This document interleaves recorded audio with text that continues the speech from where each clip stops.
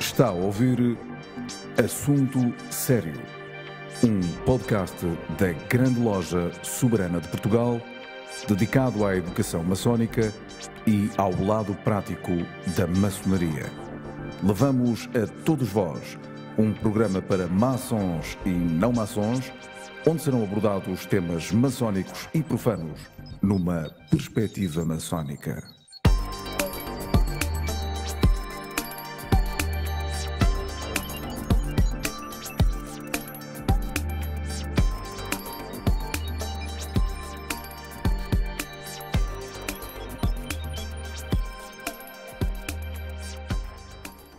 Assunto Sério é um podcast da Grande Loja Soberana de Portugal, como sabem. Sejam bem-vindos a mais esta sessão. Queria aproveitar desde já para dizer que, se quiserem interagir connosco, nós temos muito gosto nisso e podem mandar sugestões ou até dizer como estão a receber o podcast, enviando algo que vos interesse mandar para o nosso endereço de e-mail, que é podcast@glsp.pt. Eu repito, podcast@glsp.pt. O nosso entrevistado hoje é o Nuno Ferreira Gonçalves, é teósofo, sobretudo isso, investigador, é músico, é autor e ainda há pouco tempo aqui na Soberana falou sobre um dos seus últimos livros, se não o último mesmo, que é A História Secreta da Ordem da Viz. Não sei se trouxe consigo, não podíamos começar por mostrar este livro que o trouxe com muito gosto aqui à nossa ordem e que despertou tanto o interesse na loja que tem o nome de Aviz. Exato, eu sei. Muito obrigado, na verdade é o penúltimo. Este é o penúltimo. O último é a tradição do Graal em Portugal. Muito bem. A tradição do Graal em Portugal é, exato, portanto, aquele que está neste momento em fase de maior lançamento, digamos assim. Sim, divulgação, etc. Exato. De visibilidade, estão todos, como é evidente. E já que estou a falar em livros, estou-me a lembrar dos Obreiros do Grande Ocidente, não é? Também dos Mistérios do Verbo e da História Secreta da Viz, e agora do Graal, a tradição do Graal em Portugal. O Graal é, como é que eu... Podia ser um bom começo. O Graal é um apelo à interioridade. Eu suponho que é um apelo ao ser em vez do ter. Será isto, Nuno? E obrigado por estar aqui. Muito obrigado eu pelo convite. É uma honra estar aqui convosco.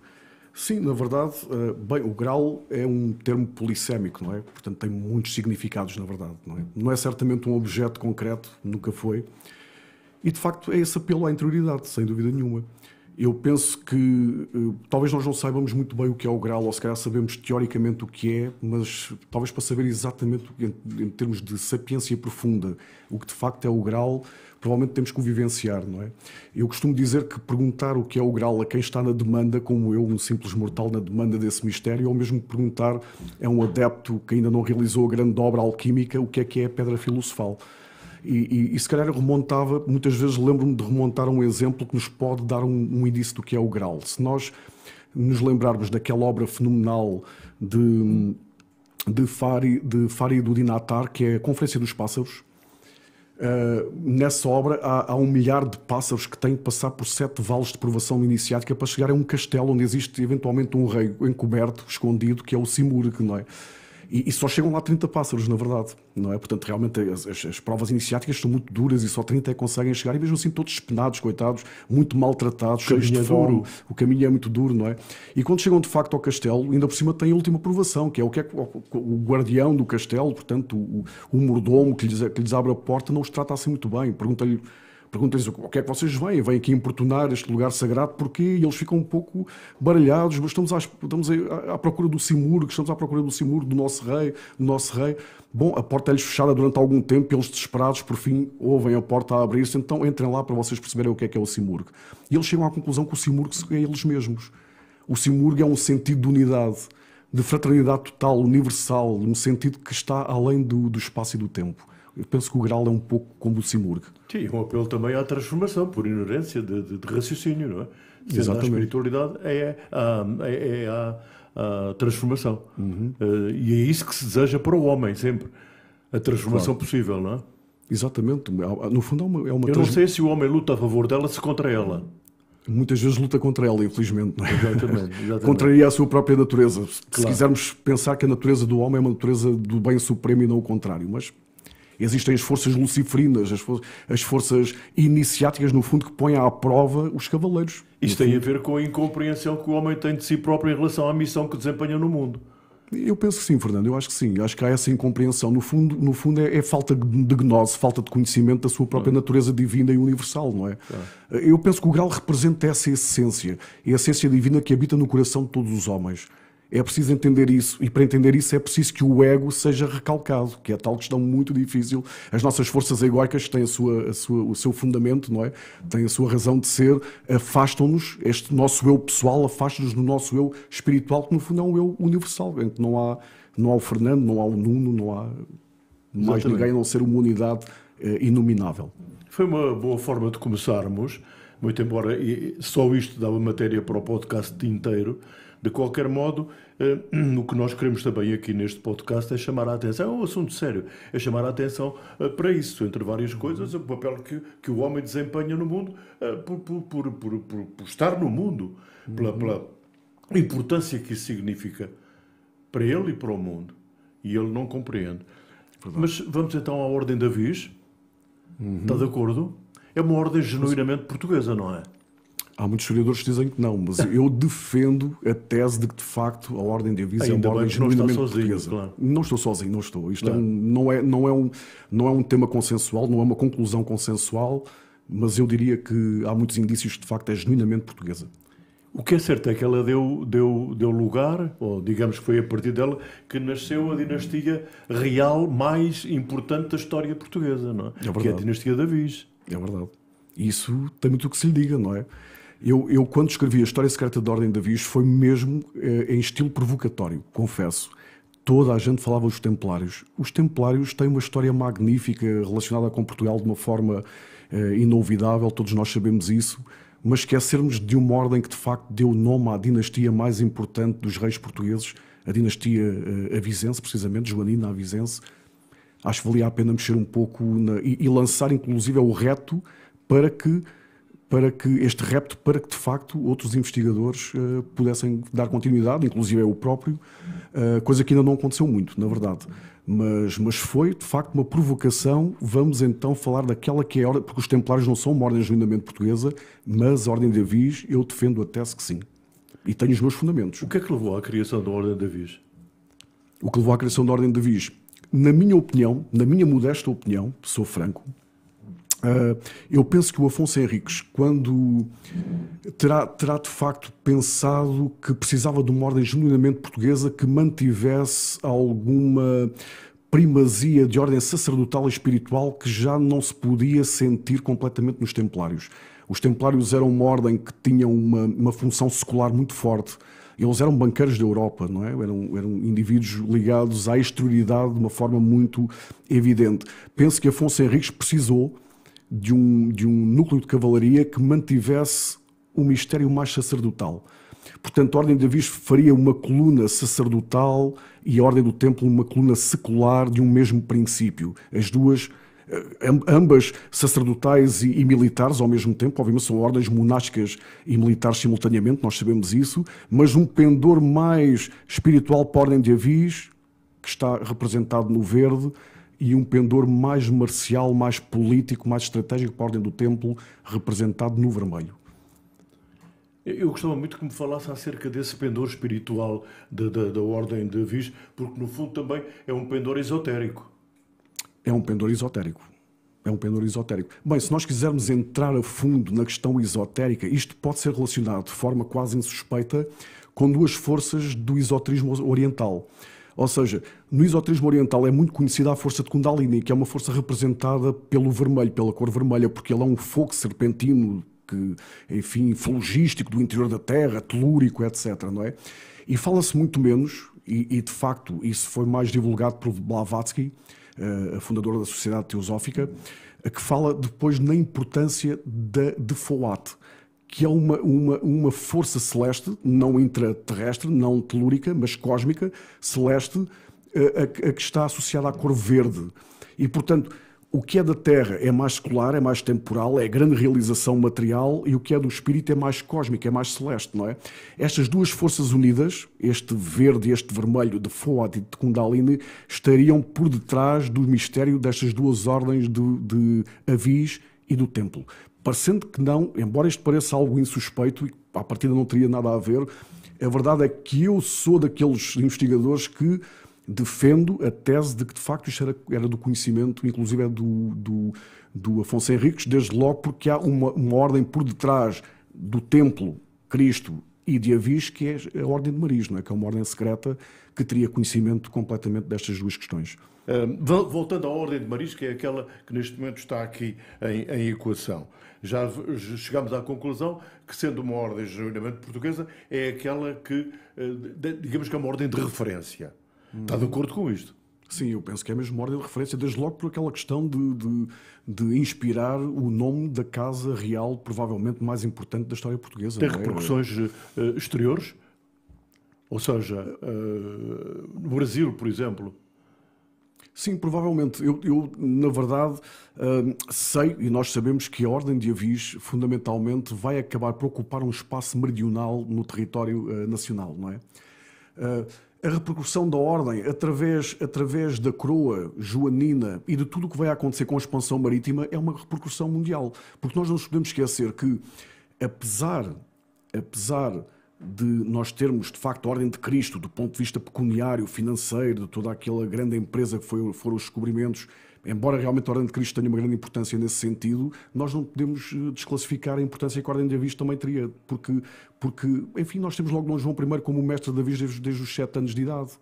Não há nenhum evento em Portugal que não tenha tido a participação da Ordem de Avis, não é? Portanto, isto repercutiu-se no processo de povoamento da nação, na sua afirmação geopolítica, desde logo, não na fundação, porque aí são os templários que estão realmente envolvidos, portanto é a seguir à... Mas, de certa forma, sim, porque nós temos que firmar a fundação de Portugal durante algum tempo, não é?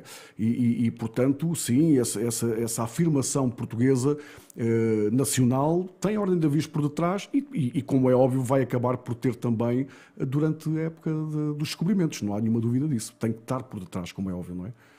Em relação à Ordem dos Templários, nos tempos atuais, ainda há como que um eco da Ordem dos Templários. Da Ordem de Avis não há. Pelos vistos, vocês têm aqui uma loja com o nome Avis. Sim, é um eco. É uma repercussão.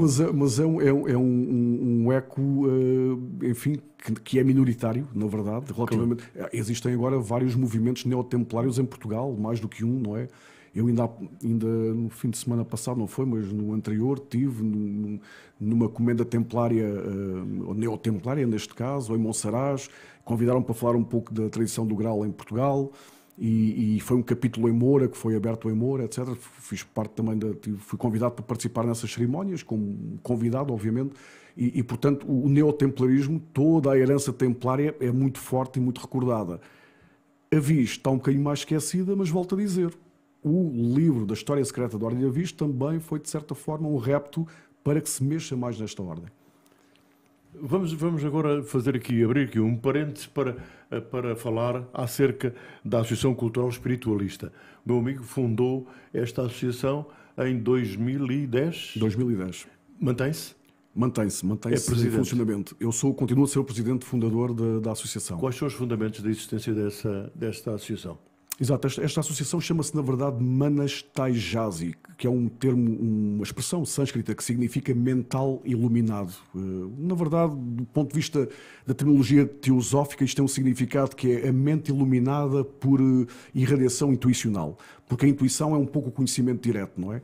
Então nós aspiramos a que possamos desenvolver alguns processos meditativos iniciáticos que nos permitam, no nosso processo mental, no nosso desenvolvimento mental, conseguirmos dar presença à irradiação intuicional e que o conhecimento cada vez seja mais direto, mais seja mais por via do insight, que é uma palavra que está agora muito na moda, não é? Ou seja, termos alguma clarividência mental que vá para além daquilo que os sentidos nos ditam. Este termo oriental vai um pouco em homenagem ao processo, a todo o processo teosófico que foi realmente resgatar a sabedoria do Oriente, não é? E todas aquelas questões que se colocam com a grande loja branca, de adeptos justos e perfeitos, etc., que estiveram durante algum tempo fundamentalmente na meseta do Pamir, na zona, portanto, Transhimalaia, também no Tibete, no norte da Índia. Portanto, em homenagem a estes mestres orientais, entre aspas, porque eles na verdade são mestres universais, nós decidimos pôr este nome Manastai Jazi, que é aquele que ainda decorre. Portanto, na verdade é Manastai Jazi, Mental Iluminado, Associação Cultural Espiritualista, que na verdade é um círculo de estudos teosóficos da linha eubiótica do professor Henrique José de Sousa, que se debruça sobre o pensamento e a obra deste mestre, fundamentalmente, não é? A verdade é que também acaba por ser um círculo de resistência, lá está, a tal palavra, a tal expressão que nós podemos usar muitas vezes, um aspecto exterior de uma ordem interna que é operativa e que inclusive tem atividade templária, na verdade. Mas a Manastai Jazi é fundamentalmente este círculo que se dedica ao estudo do pensamento e da obra do professor Henrique José de Sousa, portanto, o fundador da Sociedade Teosófica Brasileira. Estamos a falar abertamente da teosofia, não é? Estamos a falar de um ramo da teosofia chamada teosofia eubiótica, claro, na verdade. Não tem nada a ver com a teologia. Não tem a ver com teologia. Tem muita coisa a ver com a teosofia blavatskiana. Sim, claro. Aliás, o professor chamou muitas vezes a atenção para o facto de que, inclusive, os teósofos pós-Blavatsky não terem reconhecido que o vaticínio da doutrina secreta que diz um discípulo mais evoluído do que eu virá para dar continuação ao trabalho, o professor criticava a teosofia blavatskiana pós-Blavatsky, fundamentalmente a N. Bizan, o Leadbeater, etc., por não terem reconhecido no mestre no Brasil, de facto, a continuação, esse tal discípulo mais avançado que a Blavatsky já vaticinava. A Blavatsky teve influência na sua formação? Na minha, pessoalmente, sim. Bastante, porque eu, quando comecei a ter contacto com a teosofia, foi através de um livro da Blavatsky que se chama A Chave para a Teosofia, e que foi uma chave para eu, de facto, desencadear aqui uma série de dúvidas, e fundamentalmente porque eu era um indivíduo muito mediúnico quando era mais novo, e sofria um pouco com isso. As minhas percepções psíquicas não eram nada confortáveis, porque é muito mais confortável nós estarmos sossegados no nosso canto do que termos os nossos 7, 8 anos, ou 12, ou 13, ou 14 anos de idade, e ouvirmos tudo, e vermos tudo e mais alguma coisa, não é?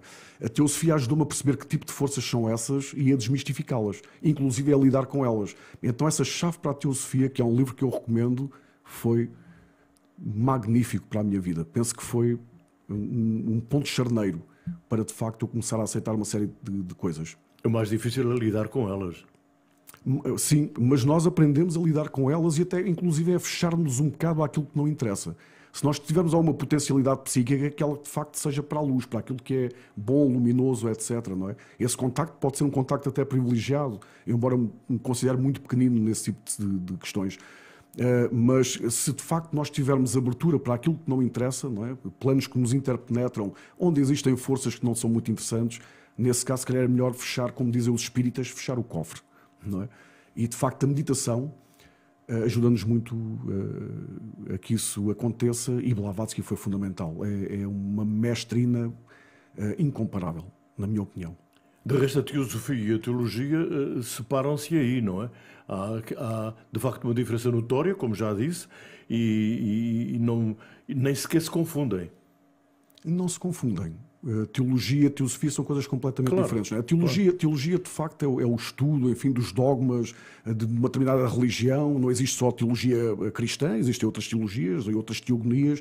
A teosofia, no fundo, é a sabedoria divina. É uma sabedoria que está oculta em cada um de nós, que nós, aliás, falámos nisso no início com a questão do grau, sim, que nós poderemos eventualmente resgatar se nos prepararmos para isso e se trabalharmos nesse sentido. Não é uma coisa que venha assim por milagre, na minha opinião.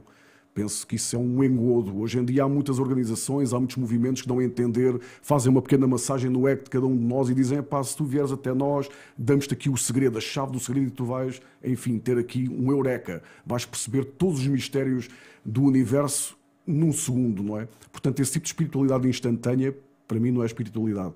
O processo iniciático é um processo evolutivo da consciência, da expansão da consciência, que é feita gradativamente. E, portanto, a teosofia dita isso. A sabedoria divina, esta sabedoria divina, de facto está presente em todos nós, mas nós temos que a saber resgatar. Ainda há pouco falávamos que temos que vencer o ego e começar a ter uma perspectiva muito mais universal e a partir de mais fraternal, mais empática, sentindo um outro como uma parte de nós mesmos, tal como nós somos parte do outro, não é? É este o sentido de fraternidade que a teosofia nas suas insígnias e nos seus preceitos defende e nesse sentido, sim, nesse sentido diria que para mim foi uma chave fundamental para trabalhar também o muito que ainda tenho para trabalhar, obviamente, não é? Quem me dera já ter chegado a algum lado a esse nível, mas para nós trabalharmos interiormente, tal como os meus amigos fazem aqui no ambiente maçónico, esta dilapidação da pedra bruta, que no fundo um trabalho que vem do interior para o exterior. Nuno, falamos do povo português, naturalmente estamos em Portugal, mas podíamos falar de outros povos. Mas em relação ao povo português, o povo português é ensinado a respeitar a criação, o divino, mas não o entende. Está de acordo com isto? Não entendo. As sociedades, penso que atualmente estão a entender muito pouco o divino, não é? Nós tivemos aqui uma crise após... Eu costumo pensar que nós tivemos uma altura de infância da humanidade, portanto, agora estou a falar para os portugueses, nós estamos inseridos, portanto, nesta grande amálgama de sociedades do planeta e parece-me que é um problema geral termos perdido aquela pureza, aquela ingenuidade da infância que tivemos, se calhar, até uma determinada altura da Idade Média, e depois o Renascimento, o Iluminismo foram muito importantes, o advento científico foram coisas importantíssimas, mas fizeram-nos entrar numa adolescência um pouco rebelde. Ou seja, nós deixámos de ser aqueles inocentes que acreditávamos nas histórias da carochinha, nos contos de fadas, e isso passou a ser uma parvoíce, não é? Portanto, perderam-se um bocado aqueles mitos rurais, digamos assim, porque as sociedades urbanizaram-se muito. E passámos a uma adolescência irreverente em que estamos a tentar encontrar-nos a nós mesmos e, portanto, neste momento não percebemos muito bem o que é o divino, porque choca muito o nosso conhecimento académico, a nossa própria percepção, a informação que nós temos, choca muito com essas percepções extrasensoriais que vinham de trás e que nós temos que reconquistar. Eu penso que com os portugueses acontece isso. Portanto, a alma portuguesa é uma alma penitente, não é? Que venha, como dizia o Fernando Pessoa, enfim, a hora em que nós possamos despertar. Mas o despertar dos portugueses provavelmente será um despertar coletivo que se vai abranger a um nível transnacional, aqui também no âmbito do que o Fernando Pessoa dizia, desde logo porque ele dizia o português que diz que é português não é português. Portanto, isto é quase um paradoxo muito engraçado, não é? Porque o português é sempre tudo e não é nada ao mesmo tempo e de todas as formas. Portanto, existe qualquer coisa na alma portuguesa que poderá ter uma palavra a dizer, mas nós, e indo ao encontro da sua pergunta mais a concreto, estamos ainda por descobrir o que é, de facto. Não é a hora ainda, portanto, Portugal está por se cumprir, não é? Claro, eu entendo isso. O que eu queria dizer também é que me parece que há aqui uma intenção clara, e aproveitando aquilo que disse, a sua sabedoria em relação às nossas diversas fases no crescimento, que nos ensinam teorias que, no fundo, não se ajustam com a principal, a tal da criação, não é? Nós temos todos os caminhos, os caminhos das religiões são muitas vezes caminhos dúbios, não é? É verdade. É verdade, sim, nesse sentido é verdade. Se calhar o Fernando agora até me está a fazer lembrar aquelas ideias que foram muito preconizadas, no fundo, de certa forma, pelos discípulos de pessoanos, que nós podemos falar do Lima de Freitas, do António Quadros, de uma Dalila Pereira da Costa, de uma Ivete Centeno, em que existe muito aquela ideia de que há uma espécie de uma religião portuguesa, não é? Sim. Há uma espécie de uma religião do coração português, da alma portuguesa, qualquer coisa que é específico, particular, não é? Que penso que não está espelhado em nenhuma religião, e muito menos no catolicismo. Nós podemos, em termos culturais, assistir a um domínio, uma hegemonia do catolicismo na nossa cultura, na nossa educação, mas na verdade nós não somos propriamente católicos por natureza, não é? Não é por acaso que eu penso que, se não falhar a memória, uns 12 reis portugueses foram excomungados.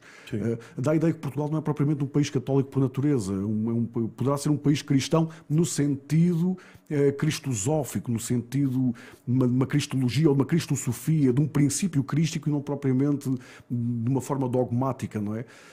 Portanto, existem aqui uma série de engodos, de situações que se calhar não deviam acontecer, desde logo, por exemplo, políticos de monta no nosso país que beijam quase a mão ao Papa, com todo o respeito que eu tenho pelo Papa Francisco, obviamente, mas não faz muito sentido, não é? Dizem-se leigos, laicos, por um lado, mas por outro lado, que eles recebem o Papa como não recebem mais nenhum líder espiritual. Eu penso que o povo, ou melhor, a idiosincrasia portuguesa, o temperamento português, penso que é essencialmente um temperamento universal e ecuménico. E ecuménico no sentido não só das 3 religiões do livro, como abrangendo inclusive outras correntes espirituais que são exógenas à nossa cultura. E eu penso que é esse o nosso temperamento natural que nós ainda estamos à procura. Meu amigo é músico. Eu sou músico. A música e a espiritualidade estão de mãos dadas, não é? Muito, muito, muito. Na verdade. E por vezes também não, como tudo, não é? Também existe música que nos consegue afastar do que é prístino do ponto de vista espiritual, mas há música que acho que nos... Eu penso que a música é uma linguagem que nos leva à espiritualidade como nenhuma outra. Acho que não há nenhum livro que nós possamos ler que nos possa inspirar tanto como determinadas obras. Eu lembro, por exemplo, o Requiem de Mozart, que é uma obra supostamente fúnebre, eu nunca a vi como uma obra fúnebre. Acho que é uma obra de transcendência, que nos transporta para além completamente dos aspectos cronológicos, objetivos, compactos, sensoriais, sensíveis. Leva-nos para um plano inteligível, para um plano espiritual.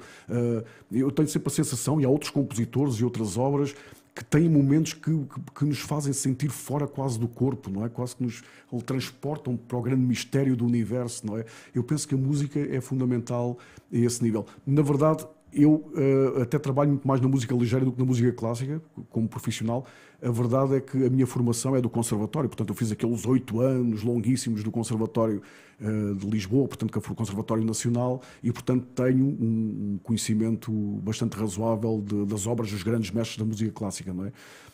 Mas sim, eu acho que a música e a espiritualidade estão de mãos dadas, sempre. O mundo, tal como o conhecemos, é um som.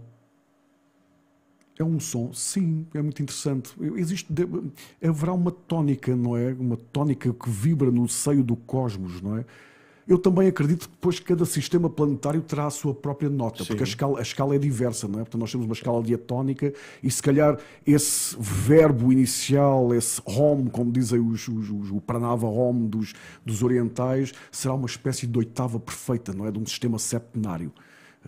Porque a escala é septenária, Dó, Ré, Mi, Fá, Sol, Lá, Si, 7 notas que vão depois resolver no Dó novamente, mas já numa oitava superior, numa oitava acima, não é? Talvez essa oitava superior seja a grande tónica, aquilo a que os meus amigos chamam de grande arquiteto do universo. Provavelmente ele vibra nessa oitava superior. Portanto, é a divindade, é a lei, é Deus, é a vida no seu sentido mais universal, é Allah, é o que quiserem chamar. Mas eu diria, Fernando, que... Aliás, eu tive a oportunidade de trabalhar nisso num livro que falou ainda há pouco, que é Os Mistérios do Verbo. Metafísica do... falar nisso também. Ok, então não vou antecipar. Mas, de qualquer modo, o Nuno disse, ou escreveu, que o som tem um poder oculto. O que é que isto quer dizer? O som tem um poder oculto. O que é que isto significa? Significa que o som é vibração. Se o som é vibração, ele entra em harmonia, em simpatia com determinadas frequências que são simpáticas, não é? Precisamente, e que, por exemplo, no âmbito de um trabalho templário, teúrgico, portanto, no âmbito de um ritual que seja feito do ponto de vista teúrgico, em que se trabalha, de facto, com determinadas forças, o despertar dessas forças pode ser feito através de determinados sons que são simpáticos com a vibração natural dessas forças. Portanto, isto é oculto. Porque para trabalhar com isto tem que haver uma chave cabalística, digamos assim, como é óbvio, não é? Portanto, esse poder oculto do som passa por aqui. E sabe-se que havia tradições... Aliás, há uma teoria muito interessante que se diz, bom, como é que se construíram as pirâmides no Egito? Há quem acredite que no tempo em que as pirâmides foram construídas foram utilizadas forças supersónicas, portanto, determinadas vibrações que faziam com que a pedra... Ao facto de ser mexida, a estrutura molecular da pedra, ao ser mexida por aquela vibração específica, tornava-se mais leve. Se é verdade ou não, quiçá seja. Mas faz algum sentido. Sim, vibrações que encontra numa das suas paixões, que é a Serra de Sintra. É verdade, a Serra de Sintra tem uma tónica muito particular. Tem vibrações específicas. Tem vibrações telúricas muito fortes, como outros locais, mas talvez a Serra de Sintra seja o local em Portugal que tem uma vibração telúrica mais forte e que entra num consórcio harmónico muito interessante com as próprias forças cósmicas. Que, enfim, os orientais chamam essas forças cósmicas, por exemplo, de tattvas. São raios específicos de uma força una, não é? Que vibram em determinados, até mais em determinados dias da semana, mediante determinada, lá está, tónica musical. Portanto, há uma determinada nota que corresponde. Eles são 7, vibram em consonância e em síntese com uma oitava força, uma vez mais. Mas sem agora estar a detalhar questões que depois, para quem nos está a ouvir, sejam demasiado técnicas, de facto, Sintra é um local, eu diria que é o local em Portugal, eu diria que é a cabeça espiritual da Europa. É o ponto telúrico mais forte de toda a Europa. E por isso nós estamos a assistir a uma atração para Sintra, que é uma coisa... Eu há pouco tempo tive que ir fazer lá a investigação e tive imensa dificuldade. Tinha livre trânsito, mas não conseguia fazer nada. Tive que ir a horas insuspeitas para tentar novamente pesquisar, porque, enfim, os meus amigos da parte de Sintra não podiam fazer mais do que me dar um bilhete grátis para eu poder andar lá a pesquisar, não é? Eu conheço muito bem o local, isto aconteceu portanto, no Parque da Pena, mas se formos para a Quinta da Regaleira ainda é pior, quer dizer, são multidões que estão a ser atraídas, não é, por esta fama que Sintra de facto adquiriu e que não é só do ponto de vista teórico, do ponto de vista turístico. Mas é um fenómeno.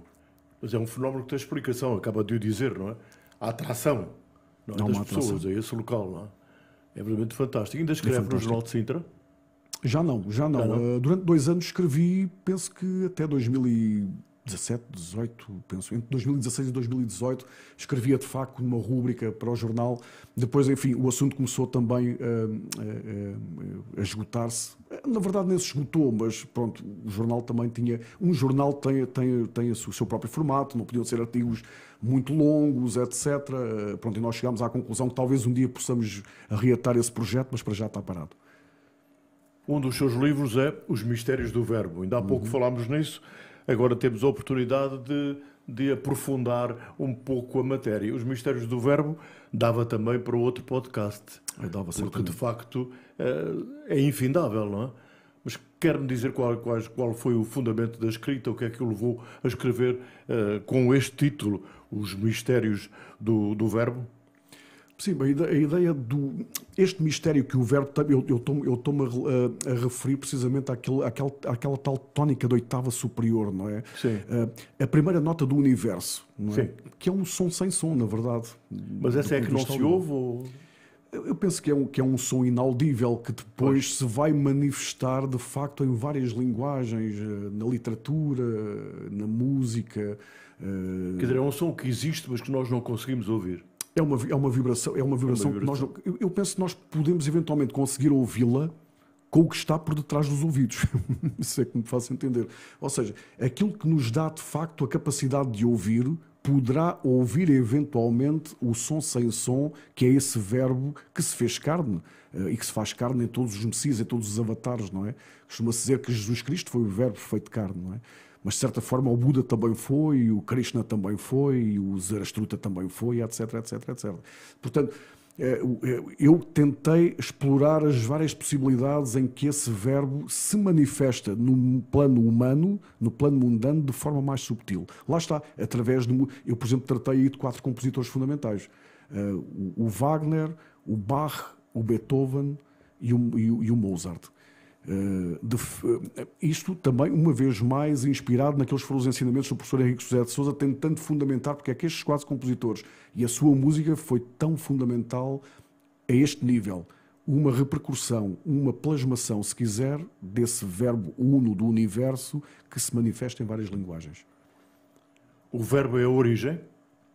E o verbo será a origem, será a vibração primordial, o Big Bang, se quisermos, não é? O Fiat Lux vem depois do verbo. Na Bíblia nós temos primeiro o verbo, não é? Há a primeira palavra de Deus, só que depois é que vem a luz. Portanto, o Fiat Lux até vem depois, a luz até é uma coisa que vem depois do som primordial, não é? O som primordial vem da treva profunda, vem do caos. É aquele som que organiza toda a matéria do universo, que faz com que a matéria do universo inicialmente em estado caótico, se vá organizando nas esferas que fazem a sua harmonia. A harmonia das esferas do hermetismo e do pitagorismo, etc. Não é? Passa um pouco por aí. Nada existe superior a Deus? O Islão diria que assim é. Agora nós temos também que perceber o que é Deus, não é? Claro, claro. Bom, e se houver algo que está ainda antes do Criador, não é? Sim. Se houver algo que ainda está antes do Criador, nós chegamos a um ponto em que nada é superior a si próprio, não é? Claro. A unidade primordial ou aquilo que está para além da unidade, nada haverá superior a isso, não é? Se nós quisermos chamar a Deus, a esse princípio fundamental, então nada será superior a Deus. Podemos chamar-lhe o Verbo. Podemos chamar-lhe o Verbo. Ou pelo menos o Verbo será um instrumento de manifestação dos universos. Sim. A partir desse princípio fundamental, não é?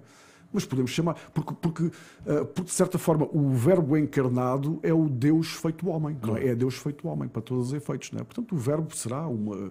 talvez o Verbo é a voz, o Verbo é sempre a manifestação do ser, não é? É o que encarna de facto o ser, é o que dá manifestação ao ser. Porque Deus primordialmente há de ser um princípio abstrato, que não tem princípio nem fim, completamente abstrato. A partir do momento em que nós falamos do Verbo, falamos de um processo em que ele se desdobra a si mesmo, ele como objeto desdobra-se num sujeito que se vai conhecer a si próprio, porque senão seria sempre uma abstração total ou absoluta, não é? Portanto, esta divindade em abstrato, que não tem sequer um sujeito que a possa contemplar, no seu sentido mais prístino, talvez seja o princípio primordial ainda antes do Verbo. Isto é apenas uma posição filosófica e nada mais. Sim, podíamos dizer também que o Deus é natureza, por exemplo. É uma manifestação. Uma manifestação. Panteísta. Claro que a natureza será uma manifestação deste princípio em abstrato que é completamente inominável, que não tem qualquer tipo de forma, é completamente informe, não é... Ou seja, não há... Designadamente na teosofia, uma coisa que difere muito da teologia é que a teosofia recusa-se completamente a antropomorfizar esse princípio. Não há um Deus feito à imagem do homem, de forma nenhuma. Esta ideia de divindade, de absoluto, de seidade, ou mesmo de aceidade, que é uma espécie de ser e não ser ao mesmo tempo, é um princípio que jamais poderia ser antropomorfizado, e a natureza é apenas uma manifestação da irradiação desse ser divino. O que está a dizer é que o Deus antropomórfico não existe, pode existir só na imaginação das pessoas, não é? Sim, é um construto imagético, é uma construção, e por isso é que tem construções tão diferentes, por isso é que tem imagens tão diferentes, não é? E o outro livro, Os Obreiros do Grande Ocidente, trata de quê? Os Obreiros do Grande Ocidente trata fundamentalmente de uma grande obra civilizacional. Eu faço aqui uma ressalva. Os meus 3 primeiros livros, que é Os Obreiros do Grande Ocidente, Os Mistérios do Verbo e A História Secreta de Ordem Navis, são uma trilogia que eu fecho ali, não quer dizer que não volto a escrever acerca disso, é uma trilogia de facto dedicada à obra e ao pensamento do professor Henrique José de Sousa, em que eu faço, obviamente, uma dedução também pessoal, quando possível intuitiva, que tem algo de pessoal, obviamente, da minha própria interpretação de algumas das suas revelações, e, portanto, Os Obreiros do Grande Ocidente são o primeiro livro que vem a plasmar essa minha intenção. Então, fala fundamentalmente de todo um roteiro que começa, de facto, na Aryavarta, na antiga Índia, na mãe da raça ariana, e atenção que aqui a ideia de raça, no sentido teosófico, nada tem a ver com questões raciais. Portanto, a raça ariana, no fundo, são todas as raças e sub-raças que incorporam hoje a civilização humana, embora haja algumas, como por exemplo a raça negra, que será mais antiga, a raça amarela será uma relativamente mais recente, a ver mais com a Atlântida, por exemplo. Embora isso aconteça, a raça ariana e as suas sub-raças, enfim, estão completamente manifestadas no grande círculo de civilizações que nós conhecemos ao longo da história. Portanto, não há aqui nenhuma ideia racial, mas no âmbito da Aryavarta, da Índia antiga, do tempo da sinarquia ramânica, de que falava o Saint-Yves d'Alvidre, por exemplo, existia já uma ideia de que a mónada humana, que significa o espírito coletivo da humanidade, a mónada vem do grego monas, que significa a unidade da própria humanidade, a unidade espiritual que é comum a toda a humanidade, iria de facto cumprir todo um roteiro civilizacional desde o Oriente para o Ocidente. Portanto, viria de um grande Oriente, aqui não no sentido maçónico que os meus amigos usam, mas um grande Oriente por ser essa tal área varta, ramânica da Índia primitiva, através dos Árias, etc. Todos aqueles... Enfim, temos uma série de episódios contados nos Vedas, não é? Os Vedas e a invasão dos Árias, etc. Portanto, viria desde aí, passando depois pelo Egito, que é muito importante também, vindo culminar na Península Ibérica, designadamente na Ofiúça, terra das serpentes, a Finisterra, o ponto mais ocidental da Europa, que é nosso, é ali o Cabo da Roca, em Sintra, lá está mais uma vez, projetando-se para o Novo Mundo, para o Norte América e para o Sul América. Através da Escola de Sagres. Portanto, eu dei aqui um salto muito grande, não é? Desde a antiga área varta, passando pelos mistérios do Egito, vindo isso tudo a sintetizar-se em Portugal durante todo o seu processo de expansão, e depois a Escola de Sagres enviar Colombo, porque o Colombo sai da Escola de Sagres, por muito tenha ido através da coroa castelhana, e ainda bem que foi, fazia parte também do projeto, os nossos irmãos espanhóis estarem envolvidos. Colombo sai para todos os efeitos da Escola de Sagres, sai de toda aquela ideia magistral do Infante Henrique de Sagres, que por acaso tem a sigla IHS, ou JHS, IHS ou JHS é uma sigla avatárica, note-se. Colombo vai para o centro Norte América, Cabral vai para o Sul América, e digamos que nós tínhamos aqui uma espécie de uma linha reta que depois se abria num Y, não é? Portanto, que o professor Henrique José de Sousa chamava isto a missão Y, a missão civilizacional. Desde o Grande Oriente, Portugal por meio, projetando-se no Grande Ocidente, que seria o continente americano, o Novo Mundo, designadamente o Brasil.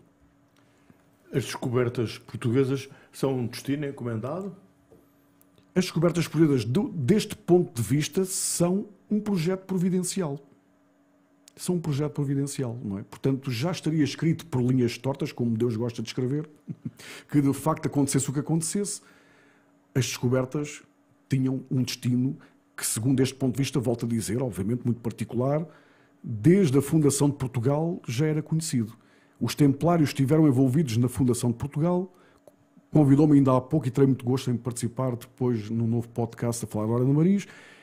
Teria também essa Ordem de Maris por detrás. Os templários estiveram na fundação de Portugal. Já falámos da importância da Ordem de Avis. Os templários só não terminaram em Portugal. Foram suprimidos em toda a Europa, menos em Portugal, através da Ordem de Cristo, como sabeis. E depois é com as velas das naus e das caravelas a ostentarem a cruz de Cristo que se faz a grande expansão marítima. E, portanto, isto é todo um projeto. Quando o Fernando Pessoa diz que Dom Dinis, por exemplo, que foi quem salvaguardou a Ordem do Templo em Portugal ao criar a Ordem de Cristo, quando diz que ele, de facto, é o plantador de naus a haver, já dá a entender o Fernando Pessoa com a sua genialidade, não é? Com a sua percepção metafísica, ontológica, já nos vem a dar a entender, atenção, o Pinhal de Leiria, o início da Marinha Portuguesa, faz de Dom Dinis o plantador de naus a haver, que salvaguardou os templários na Ordem de Cristo. Mas a Ordem de Cristo é mais importante que a Ordem do Templo num sentido. É que enquanto a Ordem do Templo espalhava os seus bens materiais e imateriais por toda a Europa em que estava consignada, a Ordem de Cristo fê-lo apenas em Portugal. Então, o misterioso tesouro dos templários, para onde é que viria, se não para Portugal, onde a Ordem foi de facto defendida? À partida, seria para aqui. Onde é que os cavaleiros foragidos por essa Europa, perseguidos depois da extinção da Ordem, viriam? Para Portugal, supostamente. Porque foi aqui que ela se manteve. Portanto, todo o tesouro pecuniário, todo o património material, inclusive o património humano, veio ter a Ordem de Cristo, e isso propiciou a grande empresa que foram as descobertas. Porque um país rural, periférico, sem meios, como Portugal era, provavelmente não conseguiria fazer aquilo que fez. Então, a Ordem do Templo, transformada na Ordem de Cristo, deu aso a que isso acontecesse, o que significa que, sob este ponto de vista, volto a dizer, o projeto já vem de trás. Há uma ideia providencial para que Portugal, a Ofiúça, a Finisterra, a Terra das Serpentes, de facto, se projetasse para o futuro, para o novo mundo, para uma nova civilização que ainda é futuro. O que é que falta ao ser humano para se compreender e para se respeitar? Falta-lhe o silêncio. Falta-lhe o silêncio. Falta-lhe o foco. Meditar, parar, olhar para dentro sem medo. Falta fundamentalmente coragem, não ter medo de si próprio. Nós somos um grande mistério. Assustamos muito facilmente com nós próprios, no meu ponto de vista. Se nos encararmos ao espelho, sem medo. A maçonaria tem câmara de reflexões, por algum motivo. É preciso encarar, inclusive a nossa natureza mortal. Porque só encarando a natureza mortal é que nós entendemos a nossa imortalidade. E não devemos ter medo, não devemos fazer nenhum tipo de tabu dessa questão. É isso que falta. Falta iniciação. Iniciação real, na minha opinião. O que é que significa imortalidade? Imortalidade significa, bom, atingir-se um estado de eternidade que vai muito além dos sentidos e do mero veículo, não é? A imortalidade está além do veículo. Não há nada na natureza que não se perde, como Lavoisier dizia, nada se perde, tudo se transforma, mas transforma-se de facto. Há ciclos. Nós nascemos, vivemos e de facto morremos. A imortalidade não está no físico. A imortalidade está no extrafísico, está na consciência. Há algo que perturba o ser humano, ou pelo menos que perturba algum ser humano. É o perceber se o mundo é uma realidade ou se é uma fantasia, se é uma invenção. É interessante. Eu acho que é uma questão muito interessante. Bom, nós no âmbito da teosofia temos nos defendido um pouco da seguinte maneira. Existe uma realidade absoluta e existe uma realidade relativa. De facto, se eu me atirar do 3º andar, sou capaz de partir as pernas e se for no 8º andar, provavelmente morro mesmo e isso vai ter como consequência todo um velório e depois, por minha vontade, vou ser cremado e enfim, a minha personalidade, este meu veículo desaparece e faz a história que tiver que fazer. Mas faz parte de uma realidade relativa. A realidade absoluta funciona como aquela alegoria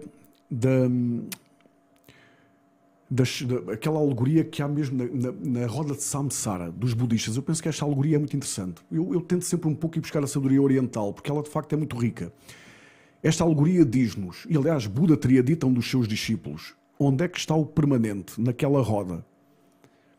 E portanto a roda girava, tal como as civilizações, tal como os planetas, tal como os sistemas, etc., de evolução, geralmente são giratórios, são um grande chakra, não é? Na linguagem oriental. E o permanente é o ponto no centro imóvel. Esse ponto imóvel que não se move e que é igual a si mesmo em todas as circunstâncias é a realidade absoluta. Tudo o que está à volta desse ponto é uma realidade relativa. Tem a sua realidade relativa, passageira, efêmera.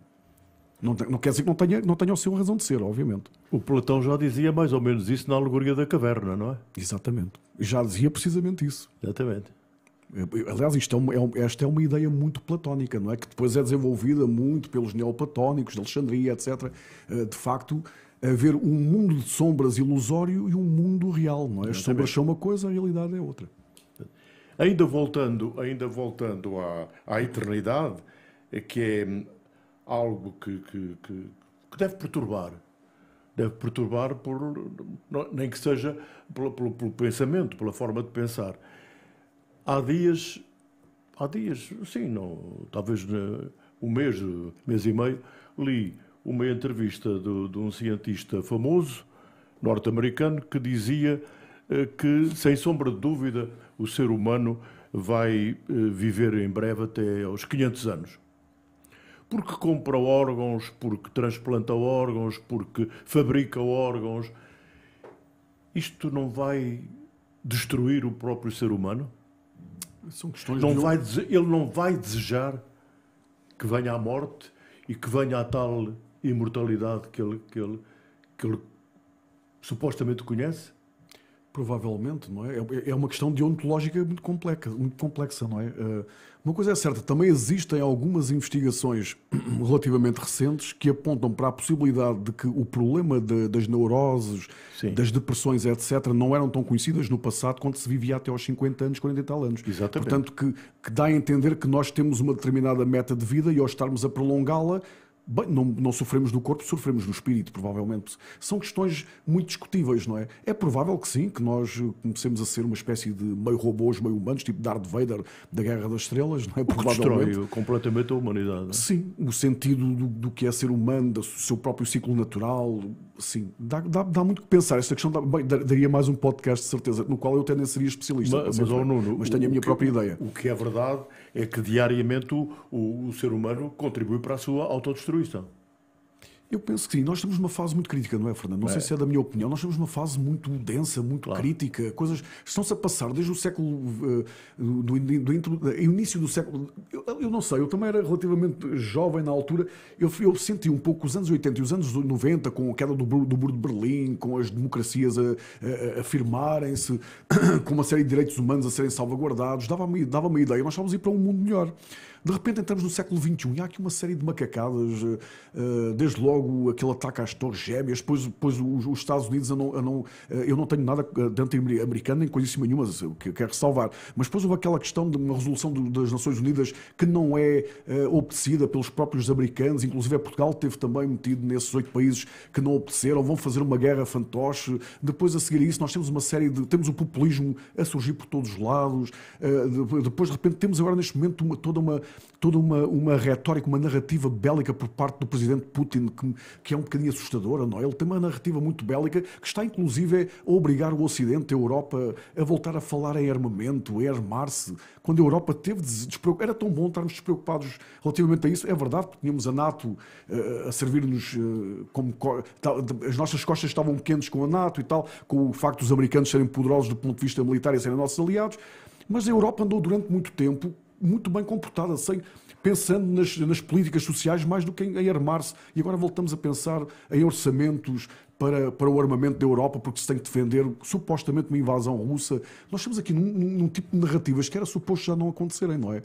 E eu sinto-me profundamente desolado com isso, mas vamos aguardar para ver. No fundo, o Nuno Ferreira Gonçalves está aqui a fazer um apelo ao espírito, à vida espiritual, que é com certeza a vida mais importante. Eu acho que sim. Nuno, gostei muito de que estivesse aqui neste podcast. Assunto sério. Foram vários assuntos sérios. Muito obrigado. Muito obrigado. Nuno Ferreira Gonçalves, que é autor, é teósofo, é investigador, é músico e é nosso amigo. E se gostou e se tem ideias, faça favor, escreva para nós podcast@glsp.pt é o nosso endereço de e-mail. E até ao próximo podcast.